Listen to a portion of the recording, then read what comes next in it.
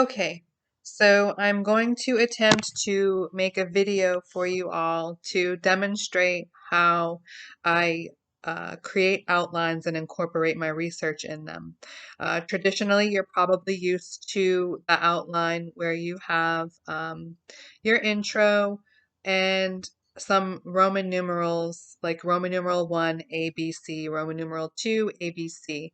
And this is a good model for outlining, um, but it's typically useful when you have a traditional 5-paragraph essay.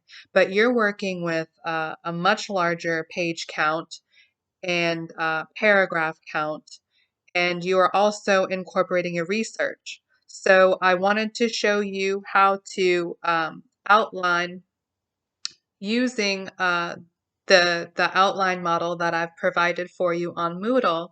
And I also wanted to demonstrate how you can arrange your research material so that as you're writing this paper, it's very organized and a smooth process for you. I've done this myself for my own research essays, and they have been very smooth experiences for me. The most smooth experience is when I'm using this method. So I'm going to go ahead and start. Bear with me. I've never done anything like this before. Um, so um, I don't know. Anyway, all right. So I'm going to use the example. If you go under outlining, I'm going to use the example, the second example for outlining, where you can organize your argument into reason, opposing argument, reason, opposing argument. So when you're setting it up, of course, your intro, you're going to introduce the issue and provide any necessary background information. And of course, you're going to end your introduction on your thesis statement.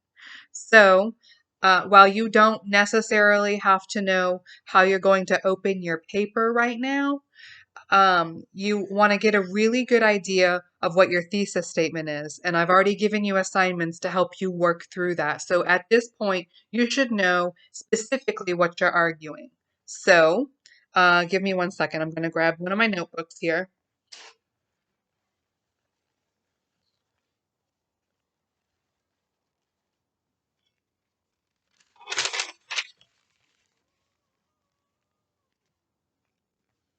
Okay, so what I like to do is I don't bother with my intro unless I know there are things I definitely want to say in my intro, in which case I write intro and I jot those notes down so that I don't forget them when I'm ready to sit down and write my paper.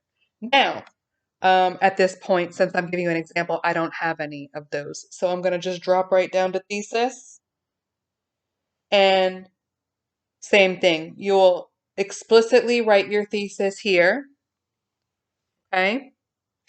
And then you're going to begin, like I said, I'm using the second model. So you're going to give for first reason. So body paragraph 1, first reason, you'll write that out, what that reason is. Um, and that's going to serve obviously as your topic sentence.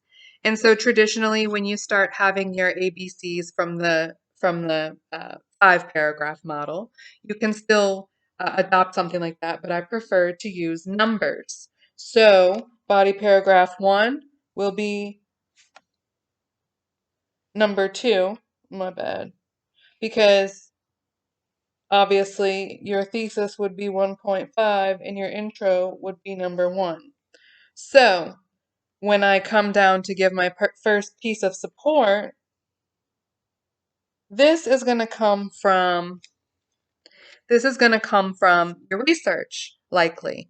So 2.5 comes from researched evidence.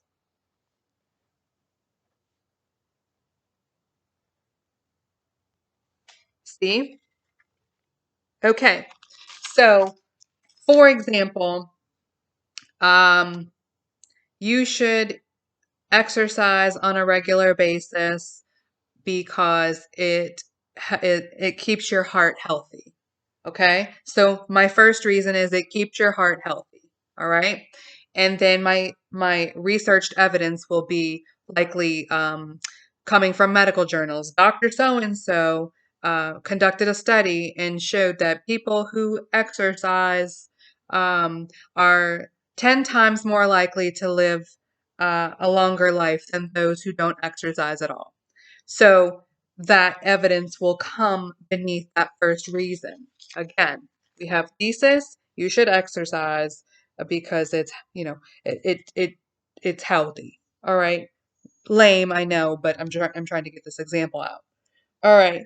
And so again, first reason, it increases um, your heart health, which increases your lifespan. So then my research evidence will be, like I said, Dr. So-and-so did a research study. So that's what this looks like. Now keep in mind, I have 2.5. So I'm going to go into my research that I've done, and let's pretend that this is the research that I am using for this paper. Obviously, it's not, but this is research that I have conducted for a project that I'm working on. So I'm going to pretend that it's serving this purpose just so I can demonstrate to you what I'm talking about. So let's say, I'm sure I have something highlighted here. Hold on. Okay, so let's say that this is what Dr. So-and-so said, and this is my evidence. I know I'm pulling this quotation for 2.5 on this outline, all right? So what I'm going to do is, and you don't necessarily have to use these tabs. You can use Post-its, or you can just mark it right on the paper if you want to. I like to use the tabs. So what I'll do is I will write 2.5 on here. Okay, you see, I have 2.5 on here. That matches up with evidence piece number 1 that I have on there. Okay, I'm going to go ahead and stick it onto this, and this becomes the first stack in my research pile. All right, now I'm moving on to acknowledge counter argument. So that's going to be number 3. I'm not showing you. Hold on. Sorry.